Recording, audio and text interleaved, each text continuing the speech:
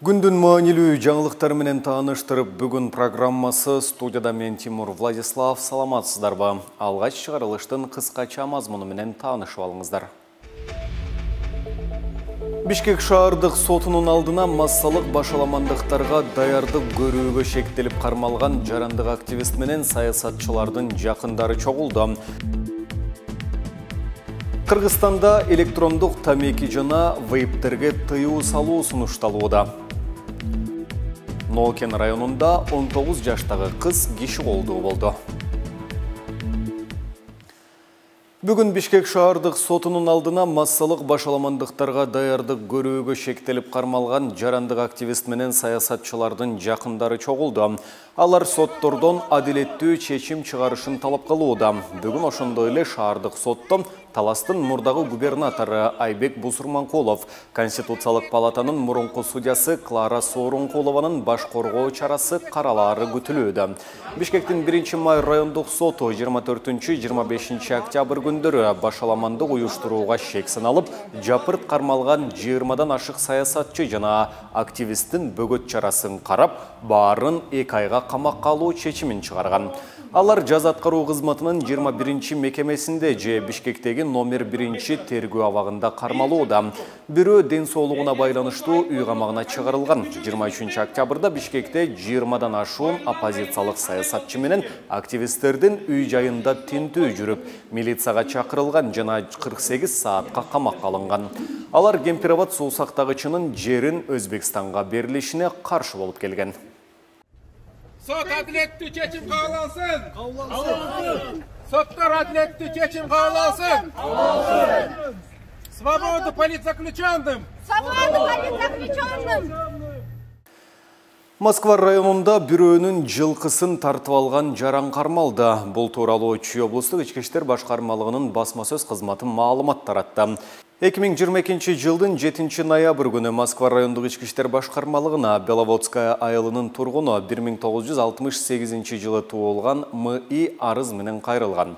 Арызында 7 ноябрь күнү түштөн кийинки убакытта Москва районунун Чоң Арык айылынын талаасында белгисиз эркек киши жаш өспүрүм баласы 2008 жылы туулган МИ минип жүргөн айгырын сүрөткө түшүп алайын деп сурап алып, анан мингенден кийин баласына күч колдонуп, айгырын минген боюнча окуя болгон жерден изин жашырып кеткендигин айтып, чара көрүүнү суранган.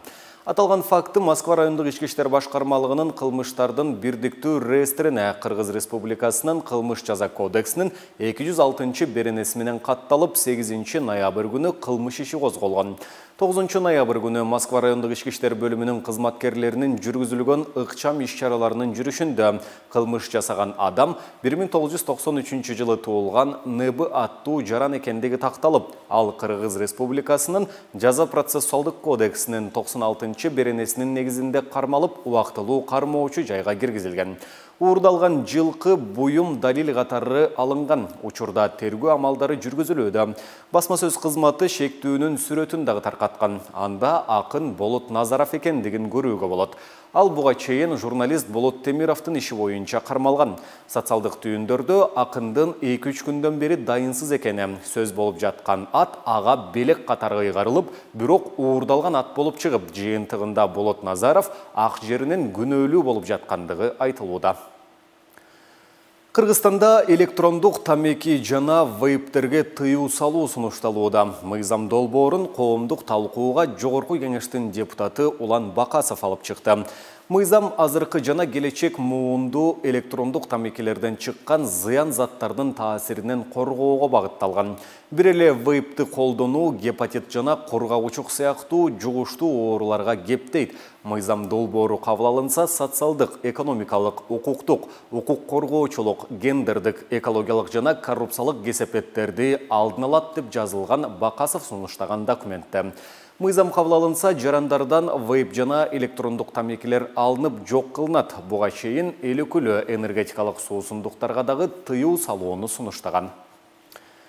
2022 жылдын 3 кварталында эл аралык акча которуу системалары аркылуу 2.906.6 миң транзакция ишке ашырылып, өлкөгө 69.9 миллиард сом келген.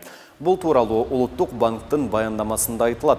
Бул өткөн жылдын ушул мезгилине салыштырмалуу 12.8%га аз, бирок көлөмү 0.7%га көбөйгөн. Ал эми өлкөдөн тышка акча которуулардын саны 225.7 миң транзакцияны түзүп, жалпысынан 33.9 миллиард сом чет мамлекеттерге которулган. Бул былтыркы жылдын ушул мезгилине караганда 3.9%га аз, көлөмү 2.2 эсеге көп. Аймактар арасында акча которуулардын көлөмү боюнча Бишкек биринчи орунда турат. Ага тыштан келген акча которуулардын 30.5%, сыртка акча жиберүүнүн 80.8% туура келет. Быйылкы жылдын акыркы айларында акчанын келиши жана кетиши кескин жогорулап, бир нече рекордтор катталган. Улуттук банк билдиргендей, август айында Кыргызстандан чыгарылып кеткен каражаттардын көлөмү 133.4 миллион долларды түзгөн. Анын көбү жеке адамдар аркылуу которулган.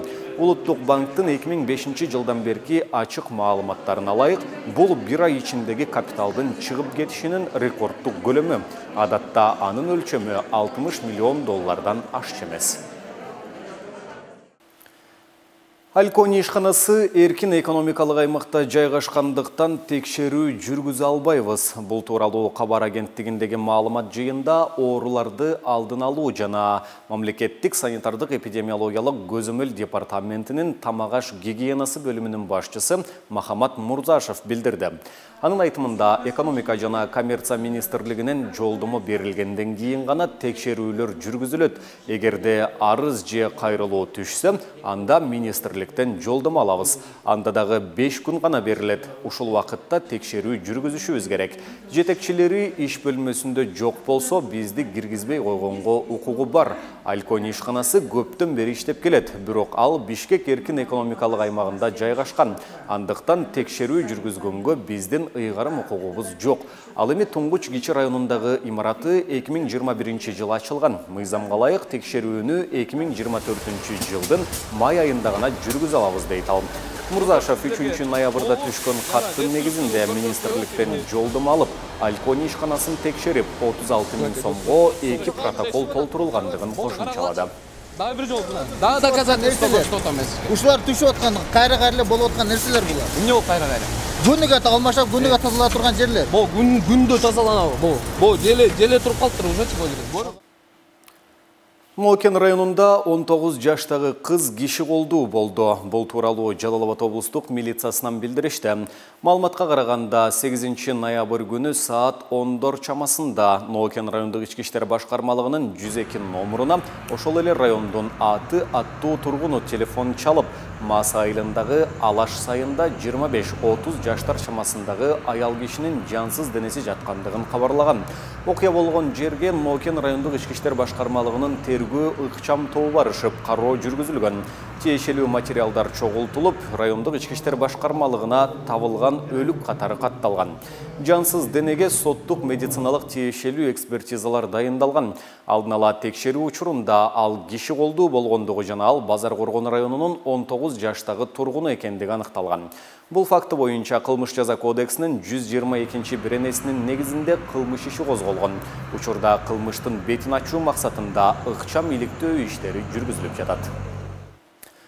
Мына ушуну менен бүгүнкү берүүбүздү жыйынтыктайбыз. Кийинки эфирлерден амандашканча сак саламатта туруңуздар.